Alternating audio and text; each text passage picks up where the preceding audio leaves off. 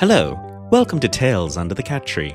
My name is Dileepa Vijayawardena, better known as Dups. In this podcast, we will explore the wonderful worlds created by the power of words, from life and technology to fiction and the future, through articles, stories, interviews, and more. If you like this episode, please take the time to subscribe to this podcast, as I would like to get to know you better. You can visit me at tales.dups.ca for more. In 2007, I joined an open source database company called MySQL AB. While I was at BioWare, I was part of the team that built the BioWare community, which launched with the game Neverwinter Nights in July 2002. In a future episode or two, a friend and I will be delving into the nerdiest of stories around those times that even the most dedicated BioWare fans have likely not heard. But back to this story. During the process of building that community, we had to do many things which were new to the time. For the scale we were looking for, we had to use an open source database called MySQL. In fact, we had to use an alpha version due to what we needed to do. Yes, we launched the Neverwinter Nights community, one of the most important things we as BioWare had done as a business, to millions of people on an alpha version of MySQL 4.0. I was hooked on this database software. Many years later, as a BioWare staff member, now helping to run a very highly trafficked database, I attended the MySQL conference in Santa Clara, California, to see if I could learn a thing or two. There, I met the CEO of MySQL AB, Morten Mikos, and I had this unshakable feeling that I just had to be part of this open source database story. I scoured their job listings, and they were looking for a web programmer working with Jeff Wyss and the MySQL marketing team. To many people, this seemed a step down from where I was going at BioWare. For me, it was a chance to learn about a totally different type of business. I had no idea then how life-changing that decision really was. My career as a web programmer lasted all of a year before I joined Kaj Arnö's team at MySQL to become the technical community manager for North America, working for Giuseppe Maggia. My first company meeting with MySQL AB was something very different from anything I had witnessed up to this point. I really didn't know Nordic, let alone Finnish culture. The CEO, Morten, finished that very frank and open meeting with a shot of vodka, which I followed along remotely in Montreal using the MySQL shot glass that I had been gifted as part of joining the team. When Sun Microsystems bought MySQL AB for the then astronomical sum of $1 billion in 2008, Kai, Monty, Morten, Zach, and others led the company in a rousing Finnish drinking song of Helan Går. This episode is my first ever two-part episode. It is a wide-ranging conversation with my now dear friend Kaj Arnö while visiting him at his home in Nagu, Finland, in the Finnish archipelago south of the town of Turku, also known in Swedish as Åbo. The interview was recorded while walking near Kai's house in Nagu with his young son, and it was a bit windy. So pardon the different noises of us playing football and frisbee on a windy archipelago day.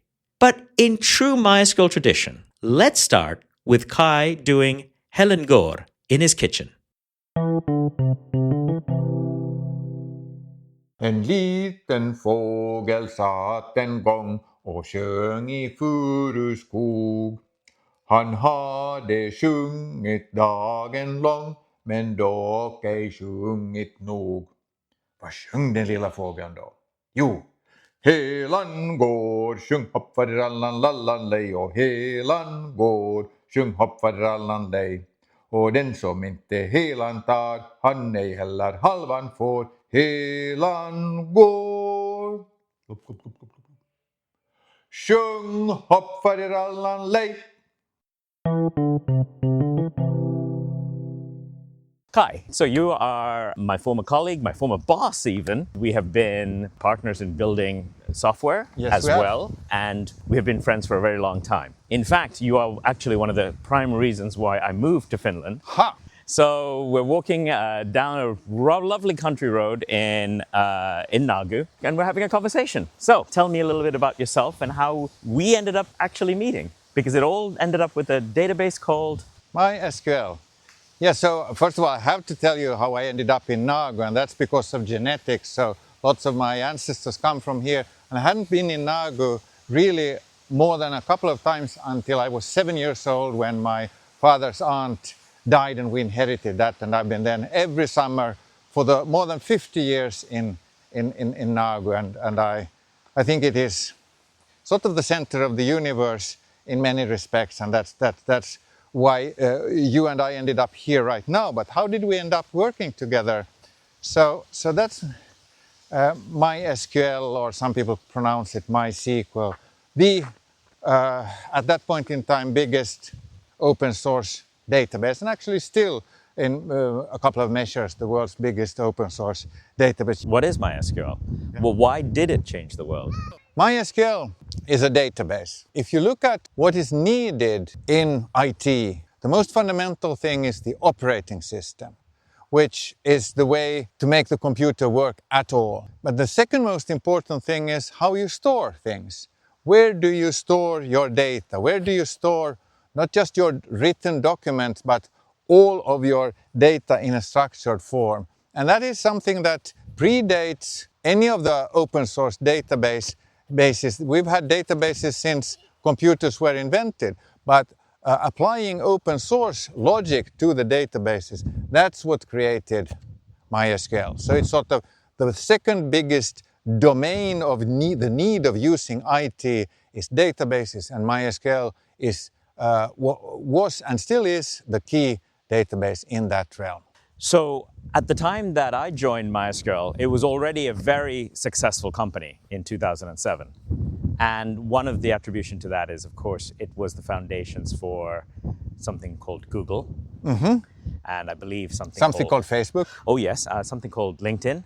Yes. And I think at that time, something called Twitter. It's called something else now. Yeah, something called about 18 out of the 20 biggest websites at the time the fundament was MySQL.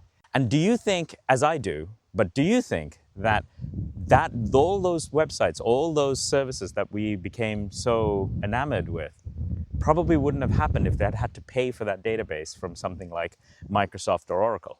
It most definitely would not have happened without an open source database. You can of course say, well, is it everything thanks to MySQL? And I would say, nah, it's about the timing. MySQL happened at the right point in time, and if MySQL hadn't been there, then a year later or whenever, something else would have filled that spot in a slightly different way.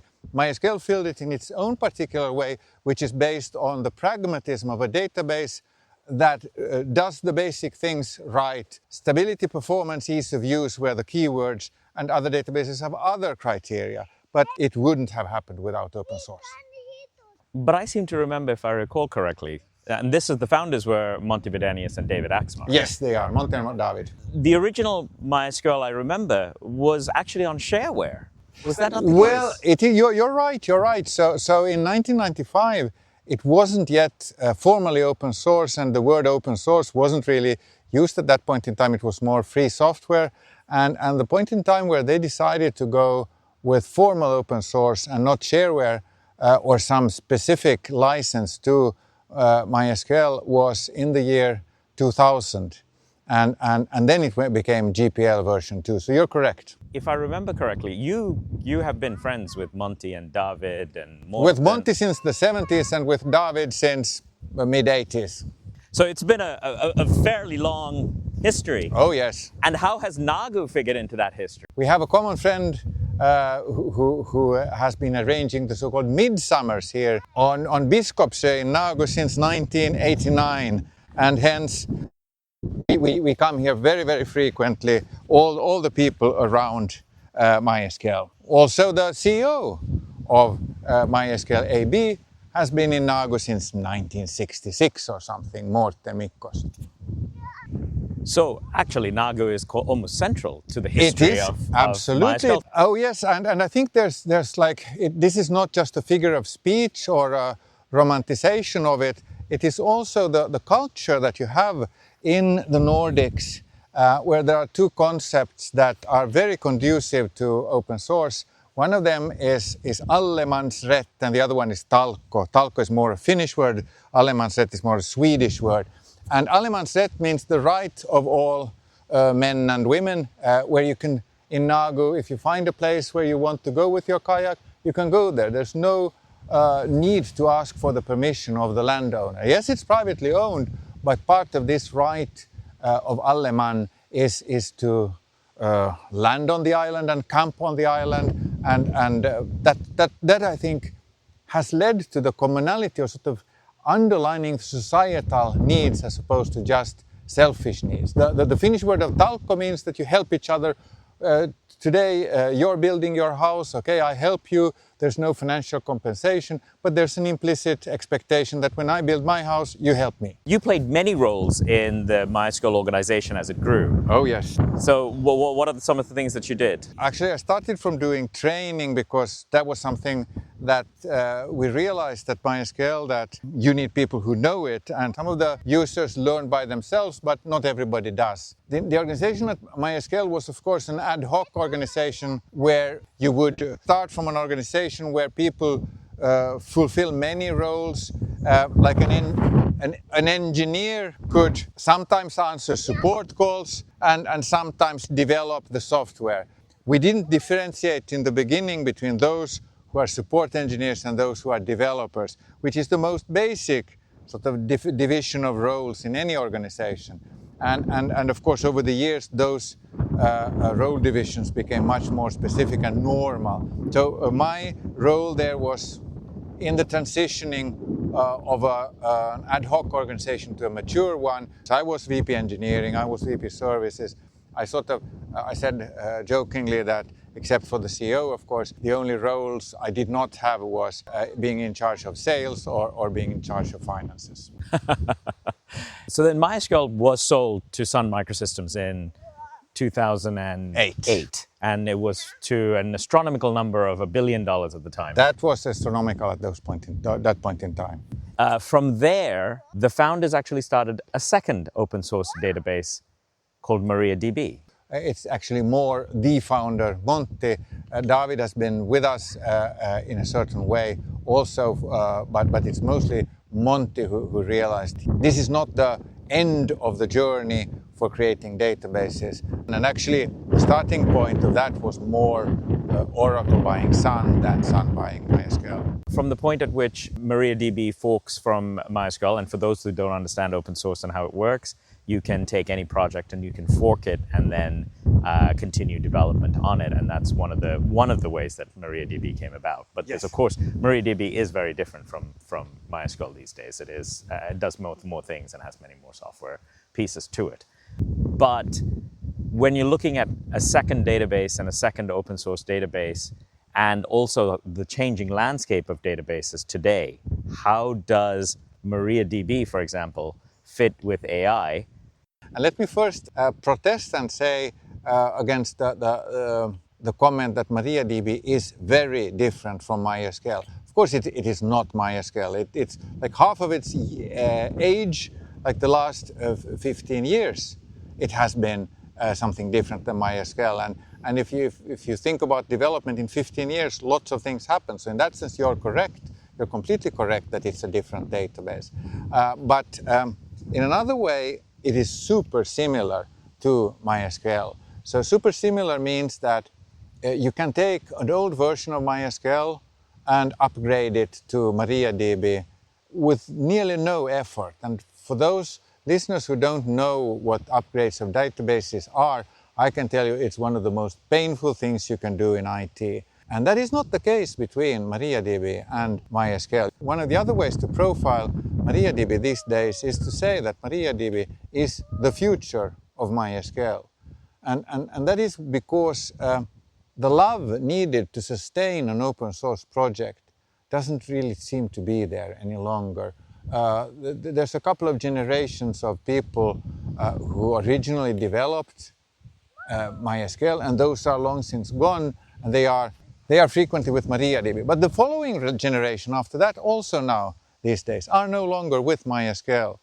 I see more interest from Oracle's side to move stuff from the open source side, which is what created the growth of MySQL, into the cloud, into a paid-for version of MySQL. Once you sold MySQL and MariaDB was born, you had a new role inside of MariaDB several new roles, if I remember correctly. Yes. Where are you now, and what were the roles? Yes, I'm one of the founders of MariaDB Corporation, and now, and after that, I moved to be the CEO of the MariaDB Foundation, and now I'm the executive chairman of MariaDB Foundation. So we have a division since about 2013 in MariaDB between church and state, and the foundation is about making sure that MariaDB is available for everybody. It's open, and we want it to be adopted by everybody. And MariaDB Corporation is, in a sense, like any other startup built around developing MariaDB server. So the most important question of our times at this point, as we witness the revolution in software as we see it. So what does having MariaDB, which has been here since basically the foundation of the modern, what we call the modern commercial internet, to today with the advent of AI, what does it mean for the future? What do these databases mean for the future? So I would say, first of all, that AI trend and bubble or hype or thing is bigger than the cloud. Yes, cloud has a certain meaning, but if you look back at like my professional life with IT, having AI is about as big and exciting a thing as it was to have your own computer and to have internet at all. It is like an order of magnitude bigger than most other innovations that happen with a few years distance in between. So it is fundamental. And then your question, what does that mean for the database? So one of the things that I've learned, and I've been working in IT since the very early 80s, is that databases change very slowly. And what that means in the era of AI is that I believe that don't ask what AI can do for databases, ask what databases can do for AI. In the sense that the need for persistence, the need for storing data in a structured form will always be there. And it's a question of how you serve that best for AI. And you were mentioning that MariaDB has been foundational, and its ancestor MySQL have been foundational to the internet. Actually, the databases usually grow together with some kind of an development environment. And in the original MySQL, it usually was PHP. So now I think the connection to AI is the crucial part. It's the thing that we really need to make work well. And it is a bit of a definitional issue. So what is a connector to AI? Is it the MCP server? Is it something else? And I'm sure we will see some development here. But the integration between the database and facilitating the easy use of the database when you're vibe coding or when you're developing an AI tool, that is the key to everything. And a database, and specifically I think a relational database, will remain at the core of storing user data for the foreseeable future, also in AI. You have watched one more turn of the technology than I have. I didn't get to witness the rise of the computer. I saw the rise of the internet. I saw the rise of the cloud. And now you've seen the rise of AI. What does it mean for you as a person who is still involved in all of this stuff? So I think it involves excitement and joy, but it's energizing. It's so cool to do vibe coding, to see what the new things you can do. It's like playing around with your new toy. Monty and I traveled here from Finland with a boat to Sweden to buy 16 kilobytes of extra memory to our Z80 computers. And now my camera has 512 gigabytes on a card. Like, the world has changed completely, but what hasn't changed is the joy and excitement of getting a new toy. The reality is that the AI versions that we have today suffer from some fairly big problems. Sure. Hallucinations, for one, non-determinism that can be basically abused. So how does that square with the joy and excitement? Joy and excitement, yes. I think in that sense it's no different from earlier. You could misuse stuff earlier as well. I remember in the 80s there was an article in a Finnish newspaper about viruses, and there was a fairly senior IT expert saying, well, what kind of a garbage is that? No viruses will ever influence computers. That's just bogus. And it isn't bogus. I think that the adverse effects, and for instance, you were mentioning these hallucinations, in a way, nothing new under the sun. I'm not a naive technology enthusiast who thinks that everything is great for the sake of itself. And that's also why I haven't had the joy for every single new revolution happening twice a year. But AI definitely gives that, and I realize that it's going to take jobs away. I think it will create other jobs. I also am of the opinion that regardless of what I think or do, these things will happen, and I had then better make something good out of it. Thank you very much, Kai, for coming on the on Tales Under the Cat Tree. It's been lovely visiting you here in Nagu and absolutely experiencing the place, as well as talking to you about some of our shared history and also some of MySQL and MariaDB. Thanks for having me. It was really interesting talk. I developed my thoughts around your topics while answering. I hope being challenged like that worked out.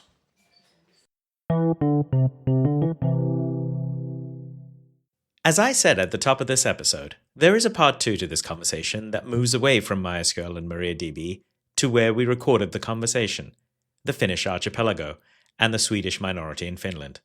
I will publish that next week, so please join me again for the second part of my conversation with Kaj Arnö.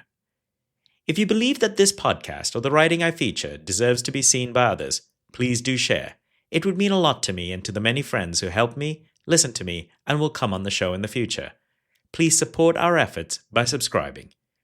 You can reach me through email, contact@dups.ca, bluesky@dups.ca, or on my site and this post at tales.dups.ca. The intro music is composed by me. Remember to subscribe so I can get to know you better and learn from you. Give your pet a cuddle and your loved ones a hug till we meet again for some Tales Under the Cat Tree.